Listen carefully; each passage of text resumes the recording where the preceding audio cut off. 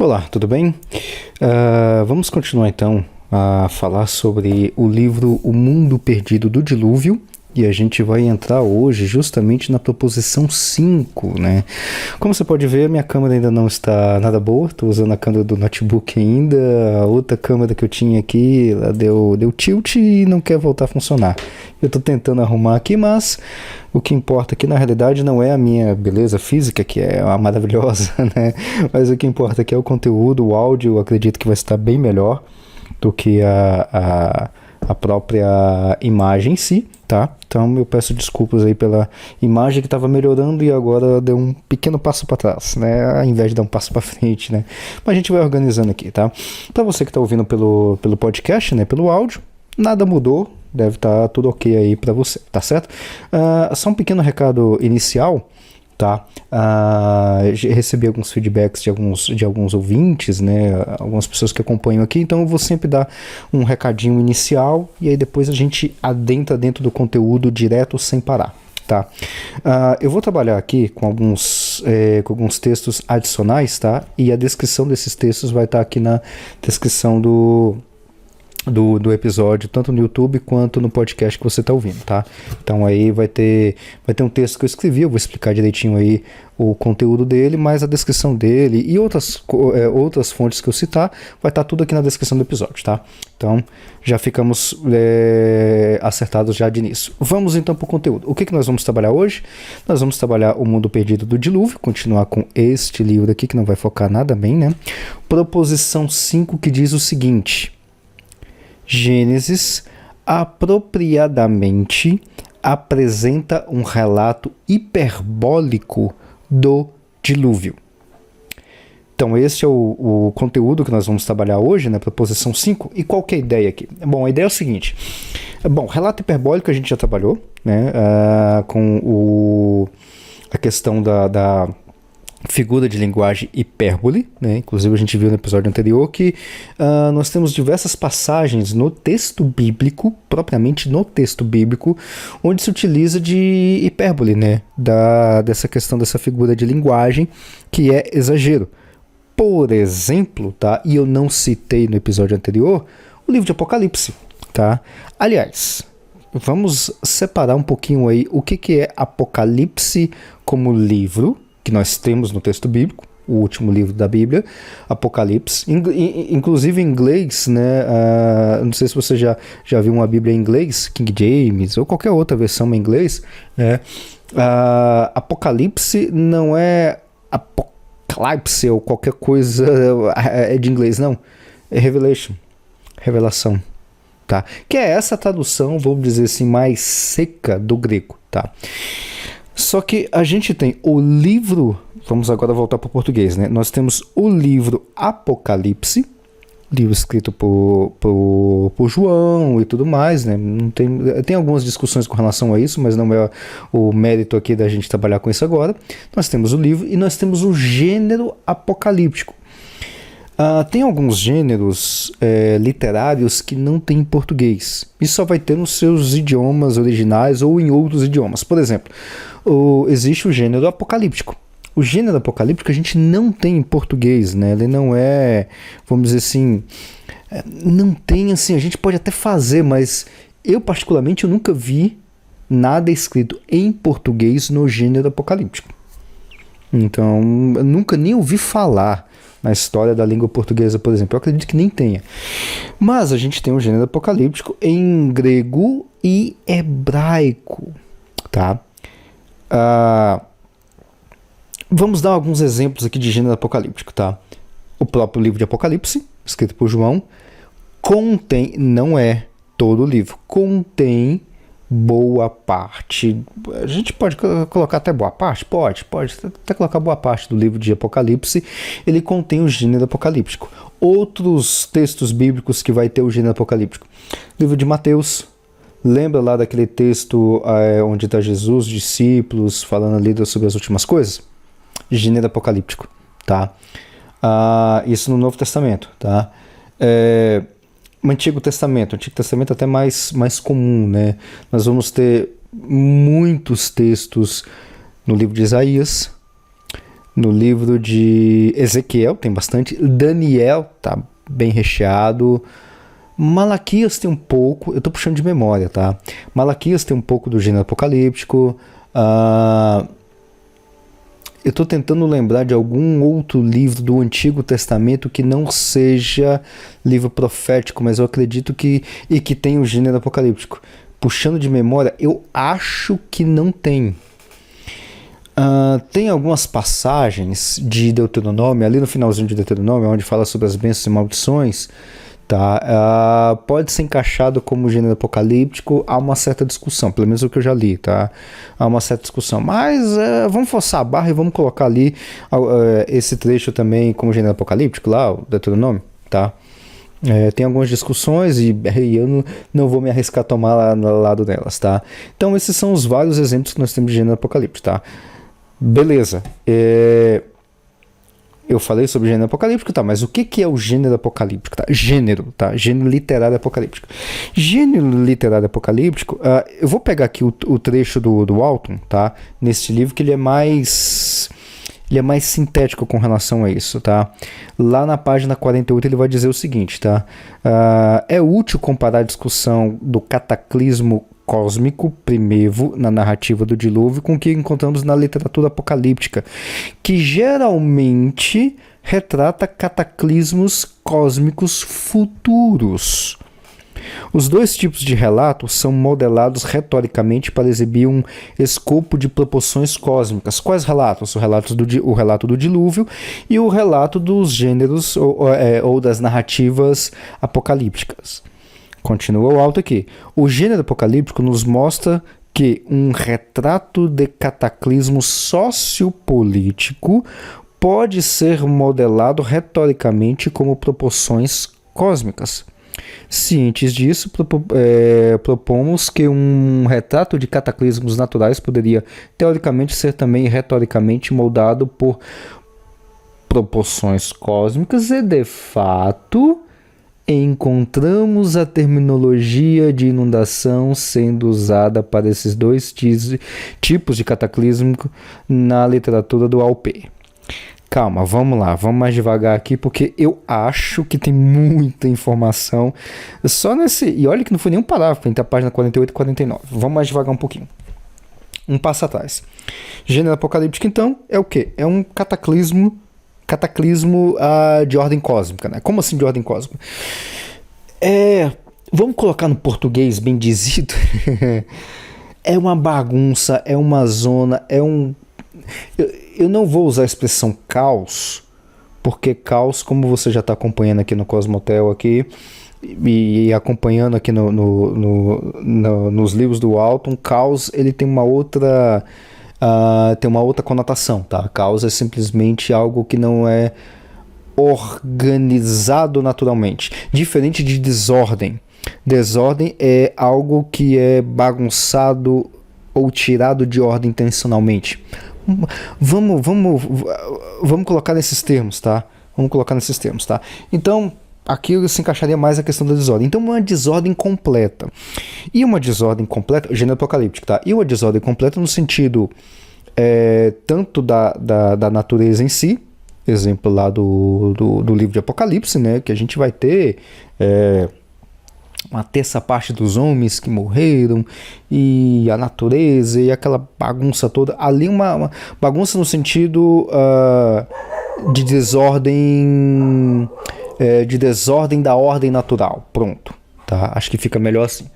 Então, o gênero apocalíptico é isso, tá? Então você tem bagunça sociopolítica, né? Lembra lá da besta que saiu do mar, da besta que saiu da terra, lá em Apocalipse, lá no livro de Apocalipse. Tá, e aí a gente vai ter o governo do anticristo e tudo mais. Isso no gênero apocalíptico. Eu não estou fazendo interpretação, tá? Calma, não vamos associar Apocalipse, livro de Apocalipse com o que está acontecendo hoje. Calma. Aliás, e a gente nem vai fazer isso, tá? Isso é outra temática, talvez no futuro a gente até possa trabalhar com isso, mas a gente não vai trabalhar com isso aqui. Eu estou falando da narrativa de Apocalipse, explicando o gênero apocalíptico, tá? Então é isso. E aí, o que acontece? A gente tem o gênero apocalíptico, que é essa desordem, essa bagunça toda futura. futura, tá? O cataclismo cósmico primevo, que é o que o autor está falando, é essa desordem que ocorre em quais ocasiões? A gente tem lá na queda, lembra lá da queda? Tá? Inclusive aqui no Cosmotel tem uma outra série que eu falei sobre a queda do homem. Lá eu detalhei direitinho sobre isso. Tá? E na queda do homem, a gente vai ter o quê? A gente tem o caos, que é a criação inicialmente, ordenação do caos, aí a gente tem a ordem, que é o que nós chamamos de criação, e depois vem a desordem. O que é desordem? A queda. Entende? Aí vai ser justamente a queda, tá? Então, a gente vai ter esse cataclismo cósmico primevo, que é a queda, mas tem um outro também. Qual que é o outro? Dilúvio. Qual que é a ideia do dilúvio? A ideia do dilúvio é o seguinte, é você acabar com tudo através de um grande cataclismo cósmico. O texto até fala que as comportas do céu se abriram e dá-lhe água. Tá? Depois a gente vai ver em mais detalhes esse trecho em outras partes aqui do livro. Tá? Aí abriu as comportas e a ideia... não sei se você já viu figuras, tá? Eu já coloquei, eu vou colocar aqui também, tá? Uma figurinha mostrando como que é a Terra, de acordo com a visão do escritor de Gênesis, tá? No caso de Moisés, tá? A visão dele é de uma Terra plana, a visão dele não é que a Terra é plana, tá? Pelo amor de Deus, não vá colocar que a Terra é plana ou que a Bíblia ensina que a Terra é plana. Não! A Terra não é plana e a Bíblia não ensina que a Terra é plana. As pessoas tinham concepção, por exemplo, no caso Moisés, tinha concepção de que a Terra era plana, mas eles não tinham um pensamento científico para questionar se a Terra é redonda ou plana, não, era simplesmente o que eles viam, eles descreviam o que viam, tá? Então, da mesma forma como nós estamos aqui no Brasil e tudo mais, a gente olha para o céu, quando você vai descrever o céu, você descreve o céu azul, sempre que você escreve, você coloca, o céu é azul, tá? Mas o céu, não, já está implícito na nossa mentalidade. Suponha, daqui a 1000 anos, tá, o futuro, o céu não é mais azul, o céu é mais amarronzado. Aí a pessoa vai ter que corrigir. Porque antigamente o pessoal acreditava que o céu é azul, mas na verdade o céu não é azul, o céu é marrom. Não, é porque é a forma da gente ver. Se bem que essa do céu não ficou muito legal, né? Que a gente teve uma mudança. Mas você entendeu a situação, tá? A Bíblia não está ensinando que a Terra é plana ou qualquer coisa do tipo. Era a concepção que se tinha na época. E não tinha questionamento com relação a isso, porque não tinha ciência naquela época, tá? Ciência como nós temos hoje, física e tudo mais, tá? Então, Terra não é plana, tá? Voltando, nessa figura, mostrando a Terra como se fosse plana e tudo mais, tem uma abóbora celeste, essa abóbora celeste, né, que é como se fosse a cúpula, né? Nós temos águas para baixo da Terra, águas sob a Terra, né? Sobre a Terra também, sob a Terra e sobre a Terra também, tá? E águas acima dessa me fugiu o nome dessa cúpula que tem. E nessa cúpula, nessa figurinha que você pode ver aí depois na descrição do episódio, tem como se fossem uns tijolinhos. Essas são as comportas que elas se abrem, e quando se abre, o que acontece? Desce-lhe a água à vontade, tá? Então, na narrativa do dilúvio, a gente tem toda essa questão de um grande cataclismo, tá? Algo análogo a um gênero apocalíptico primevo, vamos colocar dessa forma, tá? E mais, tá? Eu tô falando tudo dessa questão de gênero apocalíptico e tudo mais para enfatizar a questão da hipérbole, porque o gênero literário apocalipse, tá? Apocalipse, o gênero, tá? Gênero apocalíptico, é um gênero literário, ele é um gênero narrativo, não é, e uma narrativa, é porque não tem português, né? Fica meio difícil a gente associar isso com português, mas o que seria o gênero apocalíptico? Seria uma história inventada? Tipo mito? Não, mito é diferente, como a gente já viu, tá? Mito é uma narrativa para dar sentido à realidade. Forçadamente você pode chamar isso de... Forçadamente, tá? Eu tô forçando a barra. Você pode chamar que o gênero literário é um mito, mas ele é um mito futuro. Ele é um mito futuro, tá? Não faz sentido essa expressão de mito futuro, tá? Mas acho que deu para você entender. Ou seja, eu estou escrevendo uma narrativa de algo que vai acontecer, mas não de forma literal. Não sei se deu para pegar a ideia. A ideia então é o seguinte, tá? Em outras palavras, a ideia é o seguinte. No mito, vamos tentar fazer uma analogia com o mito, tá? O que nós temos no mito? No mito a gente tem aquelas narrativas, a Troia, pronto, pega a Troia, tá? Que eu já citei para você aqui em outros momentos. Você tem Troia, tem toda aquela narrativa mítica dos deuses brigando e tudo mais, tá? Aquilo lá aconteceu? Não. Aquilo lá não aconteceu como é narrado na narrativa mítica. Por outro lado, vamos colocar desse jeito, aconteceu uma guerra à cidade de Troia, feita pelos gregos e tudo mais. E aí os caras escreveram isso em formas de poemas míticos. E o que nós temos? Nós temos uma narrativa mítica sobre a destruição da cidade de Troia, que não aconteceu como é narrado na narrativa mítica. Mas a narrativa mítica, ela tem o seu fundamento, a sua inspiração, podemos dizer assim, na Guerra de Troia. Certo? Veja que a narrativa mítica é para trás. O gênero apocalíptico seria para frente. Vai acontecer desse jeito? Não. O que vai acontecer? Não sei. Mas vai acontecer algumas coisas,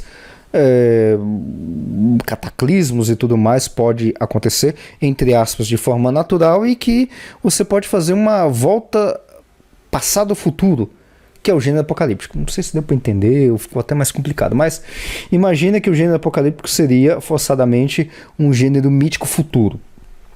Eu não sei como é que eu poderia colocar isso de outra forma.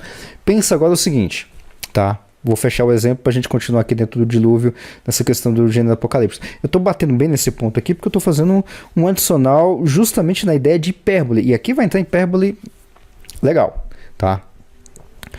Pega ali a Apocalipse, tá? O livro de Apocalipse, que nós temos na Bíblia.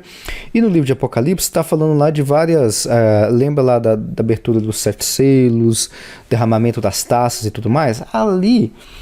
Eu não sei se você já leu aquelas narrativas ali num sentido mais, vamos dizer assim, tentando imaginar aquilo lá de forma literal. Eu não sei se você já tentou ver aquilo, mas se você já fez isso, eu não sei qual que é o sentimento que você teve, mas você olha assim e fala... Você olha assim, a mortandade, um terço dos homens morreu de praga. Aí tinha um monte de gente que queria morrer e a morte não vinha. Os caras pulavam de penhasco e tudo mais. Se arrebentava todo, quebrava braço, se arrebentava a cabeça e tudo mais, e o cara não morria. Lendo de forma literal, tá? Você olha, dá agonia, tá? Dá uma agonia assim... É grande. Só um parênteses, eu tenho um tio já bastante avançado de idade. Eu lembro quando eu era criança, a gente conversava com ele, né? Eu era novo convertido ainda, bem criança mesmo, e a gente pregava para ele e tal, falava da Bíblia para ele e tudo mais, e aí ele comentava que não gostava de ler Apocalipse, o livro de Apocalipse, que ele tinha medo. Tinha medo de ler o livro de Apocalipse, por causa dessa mentalidade mais literalista, vamos dizer assim, tá? E aí ele tinha muitas alucinações e tudo mais, devido a diversos problemas de saúde, problemas alcoólicos e tudo mais, e isso mexe muito com a mentalidade dele, né? Mexia, né? Que hoje em dia, graças a Deus, ele tá bem mais tranquilo com relação a isso, né? Mas ele tinha medo de ler o livro de Apocalipse. Porque se você pegar e ler ali meio que ao pé da letra, dá medo, tá? E nessa parte, o que nós temos, igual eu mencionei, de pessoas pulando de prédios e tudo mais, de penhascos se arrebentando toda e não morrendo? É um gênero apocalíptico narrando algo futuro e com exageros. O que são esses exageros? É a figura de linguagem chamada hipérbole. Volta para trás agora, e eu vou amarrar e vou fazer a conexão com o dilúvio.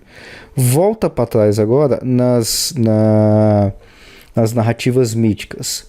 Por exemplo, lá em Troia, quando você tem lá a guerra de Troia e tudo mais, está tendo lá o Ciclope e várias daquelas narrativas que é mostrado ali, né? Ali tem muito exagero. Por exemplo, quando Ulisses está voltando de Troia, depois da guerra de Troia. Eu não sei, eu tô contando a história aqui, mas eu não sei se você já ouviu a história toda, tá? Então eu vou contar um pedacinho da história de Troia, tá? É um spoiler. Legal, é um spoiler de, de mais de 2.800 anos, né? É um spoiler, né? Quando Ulisses tá voltando de Troia e voltando para sua casa, né, para Ítaca, né, ele passa numa determinado local, né, numa determinada ilha, e lá ele fica por bastante tempo, tá? E nesse bastante tempo que ele passa lá, ele não vê o tempo passar, tá? E ele não vê o tempo passar porque ali ele tá com a, vamos dizer assim, com a mulher que na realidade fez um encantamento para ele, então ele sempre está observando a mulher na mesma idade, mesmo ao passar dos anos. Isso é claro que aí tem muita questão mítica no meio e tudo mais, mas aí também entra um pouco da figura de linguagem exagero, a hipérbole, tá? E nós temos também hipérbole no dilúvio, tá? E onde é que entra a parte da hipérbole no dilúvio? Em muita coisa. A começar com a própria arca. Tá?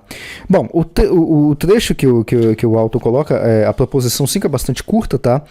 Resumidamente, o que ele está falando aqui é que o relato do dilúvio é um relato hiperbólico, um relato de exagero. E aí, para falar desse exagero, tem um artigo que eu escrevi, que vai estar aqui na descrição todinho direitinho, tá? E onde eu falo sobre a Arca de Noé, só que eu falo da Arca de Noé um pouquinho diferente, tá? E aí eu queria compartilhar com você aqui esse acréscimo desse artigo que eu escrevi, para você poder ter uma ideia melhor do que seria a Arca de Noé, tá? O relato do dilúvio inteiro é um relato hiperbólico, tá? E a gente vai entrar em alguns outros pormenores futuramente na questão do evento dilúvio em si. Mas eu queria amarrar a hipérbole na arca, a começar com a arca, tá? Aliás, a gente começa com a arca, tá? E qual que é a ideia? A ideia é o seguinte, a arca, se você pegar ela na descrição pura e seca que tá lá, você vai ver que tem umas coisinhas muito estranhas, né? Algumas coisinhas não, muita coisa, né? Pouca coisa não, é muita coisa, tá? Que é o que? Você tem, por exemplo, o tamanho da arca, tá? As suas dimensões, né? E aí tem um negócio interessante que é o seguinte, que é o que eu escrevi nesse artigo em detalhes. Como a Bíblia descreve a arca, ela é possível fisicamente ser navegável? Em outras palavras, a arca, do jeito que ela é montada, ela pode ser navegável? Ela é um barco que dá para navegar? Você pega ali de forma bastante seca, né? Você vai ter um negócio de 300 côvados por... agora eu não lembro agora todas as dimensões dela. Eu sei que são 300 côvados de comprimento por eu sei que dava 25 por 50 côvados de largura e depois 30 côvados de altura. Acho que são essas dimensões, tá? E o que acontece? É um negócio... Vamos colocar em metros, tá? Eu vou colocar o tamanho do côvado para 50 centímetros para facilitar as contas, tá? Então você vai ter um negócio gigantesco do tamanho de 150 metros de comprimento por 25 metros de largura por 15 metros de altura, tá? Vamos colocar desse jeito. Um negócio gigantesco, tá? Gigantesco quanto, tá? E aí é que o negócio fica interessante. Esse gigantesco quanto é o seguinte, se você comparar, por exemplo, a arca com aquele barco, o Titanic, né? Se você comparar, a arca é menor, tá? O Titanic tinha 200... Eu não lembro se é 260 ou 290 metros, tá? E a arca de Noé, pela descrição, tinha apenas 150 metros. Beleza, tá? Então ela não era tão grande desse jeito. Na descrição do texto bíblico, a arca tinha três andares, vamos dizer assim, né? Então você tem aí 15 metros, né? Vamos arredondar as contas, né? 5 metros para cada andar, tá? 5 metros para cada andar. E aí o que acontece? Eu descrevi nesse artigo algumas questões físicas, tá? Que aqui eu vou passar bastante rápido, você pode ler lá em detalhes depois. Tem uma área da física que se chama hidrostática e hidrodinâmica, tá? Essa área da física ela vai tratar justamente da questão de navegação de forma geral. Não é só isso, tá? A gente trabalha com hidrostática e hidrodinâmica que são sub-áreas da física que a gente chama de mecânica dos fluidos, tá? Tudo que é fluido, nós trabalhamos em física com isso. Por exemplo, o ar. O ar você pode colocar como um fluido. A água é um fluido. Óleo de carro, tá? Tanto que a gente chama fluido de freio, né? Fluido do motor, são os óleos que tem e tudo mais. Então, tudo que tem viscosidade, né? A gente trabalha dentro da mecânica dos fluidos, tá? Então, o ar, gases de forma geral, o magma da terra, né? Tem uma viscosidade e tal. A gente trabalha também com isso, tá? Tem até uma outra área da física também.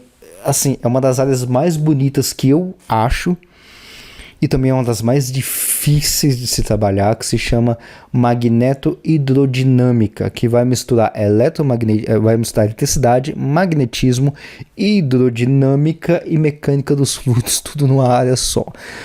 E esse negócio serve para quê? Para a gente explicar, por exemplo, o nascimento de planetas, nascimento de estrelas. A gente usa isso e para explicar como é que o Sol funciona, tá? Então, assim, é um negócio lindo de se estudar, mas é uma das coisas mais complicadas. E tem plasma no meio, tá?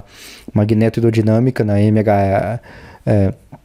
magnetohidrodinâmica, MHS não é MHS, eu esqueci, MHD em inglês, né? A gente chama de MHD. Estou confundindo com MHS, movimento harmônico simples, mas não tem nada a ver. E tem plasma no meio, tá? Então a gente usa essa área para poder explicar o Sol. O Sol é como se fosse um fluido, tá? Dá para se trabalhar com o Sol como se fosse uma espécie de fluido, tá? Bom, mas a gente não está trabalhando com física aqui agora, tá? Então a gente tem essas duas sub-áreas da mecânica dos fluidos, que é a hidrostática e a hidrodinâmica. Isso serve para quê? No propósito que eu escrevi, tá? Serve para poder explicar como é que barco navega nas águas. Simples assim, tá? Simples. Você tem um barco, um navio, qualquer coisa do tipo, e como é que ele navega em águas, né? Um barco não pode afundar. Então ele tem que ter uma densidade menor para ele poder flutuar. Mas ele não pode ter uma densidade tão muito mais baixa do que a água que ele está navegando, porque senão ele tomba para os lados. Então ele tem que afundar um pouquinho, mas não muito. E ele tem que ter um formato muito bom para poder ser navegável. Tá. E aí tem um monte de outros detalhes dentro de hidrodinâmica e hidrostática, tá? Você já deve ter visto um barco ou um navio. Então o pessoal trabalha muito bem essa questão de hidrostática nisso, a questão da densidade do navio em relação à água, para ele poder navegar e tudo mais. Então, trabalhando com a parte de hidrostática, nesse texto que eu escrevi, baseado num outro... Na verdade eu usei só para dizer que é fonte, mas o outro artigo foi escrito eu acredito que foi escrito por alunos de graduação de física de uma universidade, que eu esqueci o nome agora, mas tem lá no artigo lá direitinho, né? Porque é muito simples, tá? É muito simples. A equação que eles utilizam, eles nem derivaram aquela equação, né? É equação de física de coisa normal, mas eu só coloquei para dizer, o Alexandre inventou isso. Não, eu peguei de outro lugar, mas aquilo lá dá para derivar da física tranquilamente. E resumindo a história, eu demonstrei ali, baseado em tudo isso, que a arca, nas suas dimensões, ela é navegável. Fisicamente falando, não trabalhei com engenharia, não trabalhei com a parte de tecnologia da arca, tá? Porque eu só peguei o texto de forma seca e, olha, do jeito que o texto coloca aqui de forma seca, pegando como se fosse um caixote de 150 por 25 por 15, jogando na água, jogando as massas, né? A madeira, o piche ali, né? O asfalto, e jogando ali os animais e tudo mais, jogando ali, e ela navega, tá? Como eu não sei, mas ela navega, tá? Então, assim, em termos físicos, ela é navegável, tá? Agora, aí é que vem o detalhe. Em termos... vamos dizer assim, em termos históricos, poderia esse conhecimento de navegação existir na época de Noé? Aí a resposta é muito provavelmente não, tá? Por que muito provavelmente não? pelo seguinte fato, tá? E lá no artigo eu descrevo isso muito bem. Eu puxei lá do livro do Bispo Ussher, acho que você já deve ter ouvido falar do Bispo Ussher. O Bispo Ussher, ele escreveu um livro chamado The Annals of the World, tá? Ou Os Anais do Mundo, alguma coisa assim, tá? No século XVII, 1600 e pouco que ele escreveu esse livro, tá? E aí o pessoal, 1658, o pessoal utiliza esse livro como se fosse para fazer uma datação de todo o texto bíblico ao pé da letra, tá? Fazendo isso, o Bispo Ussher, até onde eu saiba, foi o primeiro a fazer isso, tá? Não sei se teve outro depois dele. Ele fazendo isso, ele data todas as coisas, né? Então ele data, por exemplo, o dia que o mundo começou, pegando ao pé da letra, fazendo todas aquelas partes de genealogia e tudo mais, né? O dia que o mundo começou, né? O dia que o mundo começou foi num domingo, 23 de outubro de 4004 a.C., tá? Isso é a datação do Bispo Ussher. Inclusive no artigo eu coloquei até as imagens, porque eu tenho esse livro digitalizado, né? Eu tenho esse livro do Bispo Ussher, e aí aí eu tirei o print e coloquei exatamente onde ele descreve. Está em inglês, arcaico, mas dá para entender tranquilamente, tá? Inglês antigo, né? Não é arcaico, é inglês antigo, inglês do século XVII, mas dá para ler, tá? Dá para ler tranquilamente, tá? Com o inglês dá para ler tranquilamente. Então lá ele coloca, eu coloquei tudinho isso, e aí o Bispo Ussher, ele vai colocar que o dilúvio foi no dia 23. Aliás, não, no domingo também, 7 de dezembro de 2365 a.C., tá? Como ele chegou nisso e tudo mais, aí é bom dar uma lida no livro do Bispo Ussher, ou depois, se você tiver curiosidade, deixa aqui nos comentários aqui no YouTube ou em qualquer outro lugar aqui, e me manda, porque aí depois eu posso trabalhar com esse livro do Bispo Ussher. Ele coloca toda a metodologia de como é que ele chegou nessas datações e tudo mais, tá? É um trabalho interessante, tá? É um trabalho bem interessante que ele fez no século XVII ainda, tá? Tem aí quase 300 anos, tá? Não, tem mais de 300 tem mais de 300 anos, tá? Que ele fez isso. É bastante interessante, tá? A metodologia que ele fez. Então ele coloca lá o dia que o dilúvio começa e tudo mais. Mas o que interessa aqui para nós, para essa questão, é o ano, tá? Aliás, o ano não, o século, né? 2365 a.C. Vamos arredondar as contas que isso aconteceu mais ou menos no século 23, 24, 25 a.C., tá? No artigo eu coloquei arredondando as contas para o século 24 a.C.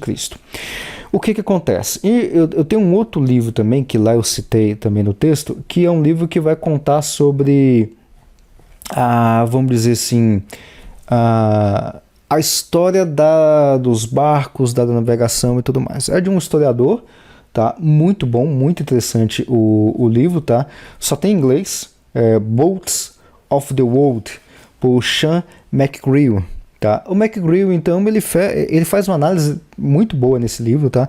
Ele pega várias civilizações como egípcios, sumérios e tudo mais, e aí vai contando a história desde a mais antiga até, se não me engano, até o século XVIII. Acho que até o século XVIII. Eu não lembro até onde que ele faz as análises históricas da história dos barcos, da navegação. Não lembro até quando, porque eu peguei justamente o início, eu dei uma lida justamente no início. E aí, o que eu fiz? Eu procurei qual é a civilização mais antiga que vai ter barco mais antigo ou que vai ter embarcações, barcos e navios na época do século 24 a.C., que foi a época que o Bispo Ussher disse que teve o dilúvio. E aí o que eu encontrei? O que eu encontrei é que a civilização mais avançada em termos de tecnologia e em termos de navegação é quem? Bom, os próprios, né? Egípcios. Os egípcios, tá? E aí é que tá um detalhe interessante. Inclusive eu coloquei imagens, as imagens que eu tirei desse livro do Boats of the World, do McGrew, e no século 24, o que nós temos de embarcações são embarcações assim muito primitivas, tá? Por exemplo, tem uma embarcação que o pessoal chama de o navio de Kelps, tá? É porque foi encontrado ali numa determinada região, e essa embarcação é um, vamos dizer assim, um fóssil, né, que foi realmente encontrado ali na terra do Egito, né? Então eles encontraram, fizeram a escavação e tudo mais, e aí tem a foto muito bonita, tá, dessa embarcação. O navio de Kelps, ele é datado aproximadamente de 2.600 anos antes de Cristo. Então, arredondando as contas, pelo menos uns 200, 300 anos antes do dilúvio. Quando você olha o navio de Kelps, aí você faz a engenharia reversa, né? Você vê qual é a tecnologia e qual é a física. Na realidade, eu analisei a física e não a tecnologia, né? Qual que é a física aplicada nesse navio? Navio de Kelps, tá? É só o nome, tá? É um navio do século 26, 27 a.C. Pelo menos uns 200, 300 anos antes do dilúvio. E aí, quando você olha a física desse navio, tem, por exemplo, tem um outro documento que eles encontraram, todo fragmentado, né? Tem um desenhozinho, e aí eles conseguiram até, inclusive, refazer, porque não encontraram o documento completo, né? É um desenho que tem do barco, bem parecido com o navio de Kelps, né? Todo fragmentado, e aí dá para você ter uma ideia de um esquema, né? Do interior do navio de Kelps, tá? Então tem lá tanto o documento encontrado quanto o próprio navio. O pessoal trabalha em cima disso, né? Eles entram dentro do navio e tudo mais, e aí eles conseguiram ali fazer os desenhos de como é que é o funcionamento, vamos dizer assim, naval do navio, tá? Eu olhando para essa construção com um olhar físico e não tecnológico, porque eu não entendo praticamente nada de navios em questão da sua estrutura tecnológica e de engenharia, eu não entendo, mas a parte física eu entendo. Olhando para isso, isso é de 2600. 2400, né? A gente acredita que a tecnologia avançou um pouquinho mais. Só que quando a gente olha para outros navios desta época de 2300, no Egito, que era a civilização mais avançada, a gente não tem absolutamente nada semelhante à descrição da Arca de Noé no Egito. Entende onde que eu quero chegar? Deixa eu resumir. A civilização mais avançada em termos de engenharia, tecnologia e de física naval era a terra do Egito. Os egípcios dominavam o conhecimento naval desde 2600. Quando nós olhamos o navio de Kelps e outras embarcações, e eu olhei também embarcações do século 24, que é da época do dilúvio, não há nenhuma embarcação na civilização mais avançada em termos navais, que era o Egito, nada nem perto do que poderia ser a descrição do texto bíblico de Arca de Noé. Não tem. Por exemplo, a embarcação de Kelps, tô chutando, eu não lembro se o Macrew cita quantas pessoas tem. Cita essa informação, eu não lembro, tá? Mas olhando, vamos colocar aí, aqui cabe umas 4, tá, arredonda, vamos forçar a barra, tá? É um barco aberto, é como se fosse esses barcos pequenos que a gente tem hoje em dia, mas ele é comprido, né? Vou chutar alto aí, cabe umas 30 pessoas. Deixa eu ver aqui. Vamos chutar para cima, 50 pessoas. 50 pessoas. Se você evoluir aí a história dos barcos e tudo mais, você vai chegar aí na época lá do dilúvio e tudo mais, você consegue quanto? Você não consegue um barco com 3 andares, não. Você não consegue. E olha que esse barco ele é pequeno, tá? Em termos de comprimento e tudo mais, só tem um andar, ele é pequeno em relação à arca, tá? Pequeno quanto? Esse cara aqui tem uns 2 metros, aonde as pessoas vão, né? 2, vou chutar baixo aqui, 20 metros de comprimento. 20 metros de comprimento. A arca tinha 150, tá? Então, assim, resumindo a história, o que nós temos? Olhando apenas para a física, tá? Na época de Noé, considerando que tudo aquilo é o pé da letra, não temos arca de Noé, fisicamente falando. Dentro da história naval, nós não temos na época do dilúvio um barco daquele tamanho. E aí o McGreal, agora que eu lembrei, não sei se ele deve passar disso, né? Porque eu li até essa parte. Barcos do tamanho, comparavelmente do tamanho da Arca de Noé, comparadamente do tamanho da Arca de Noé, vai aparecer lá pelo século XVIII. Por isso que eu não sei se ele passa depois disso ou não, porque eu não lembro, mas eu li até o século XVI, XVII, XVIII, tá na época das caravelas, né? Ali é que a gente vai ter algum barco em questão de tamanho comparável à Arca de Noé. Ou seja, nós temos aí 2.300, vamos arredondar as contas 2.300, mas vamos colocar mais 1.800, 2.300, 3.300 mais 800, vamos jogar para cima, 4.100 anos. 4.100 anos depois da narrativa do dilúvio que a gente vai ter uma arca comparável ao tamanho da Arca de Noé. Então, assim, a conta não fecha, tá? E um outro detalhe, tá? No texto também até cito um outro, o Institute for Creation Research, né, que é um instituto criacionista, o Ken Han e a sua equipe, eles construíram a Arca de Noé em tamanhos de acordo com o texto bíblico, tudo mais, a interpretação que eles fizeram, lá, e ela é funcional, navegável, tudo mais, se bem que eles fizeram em terra, né, não fizeram o teste em água, tá? Mas fisicamente, como eu estou falando aqui, ela é navegável, tá? Então, assim, é possível construir uma arca? Bom, o Ken Han fez. Pois é, só que o Ken Han fez mas não sei quantas pessoas, trocentas pessoas construindo, utilizando a tecnologia atual. Se não me engano, essa do Ark Encounter, né, que é o nome é como se fosse o Parque da Arca de Noé, lá nos Estados Unidos, tá? Você pode visitar e tudo mais, tá? Entrar dentro da arca, é um negócio bem legal, bem interessante. Os caras que construíram aquilo, aquilo é de 2016, se não me engano, usar a tecnologia de hoje, do século XXI. Nós estamos falando de Noé, construir um negócio que historicamente não tem nada nem semelhante à civilização mais avançada da época. Ele e a sua família, arredonda aí 8 pessoas, suponha que ele colocou mais alguns estagiários que morreram depois no dilúvio, bota aí umas 20 pessoas por 120 anos, né? Por 120 anos construindo. Hipérbole. Aí vai entrar a figura de linguagem que o Alto trabalha chamada hipérbole.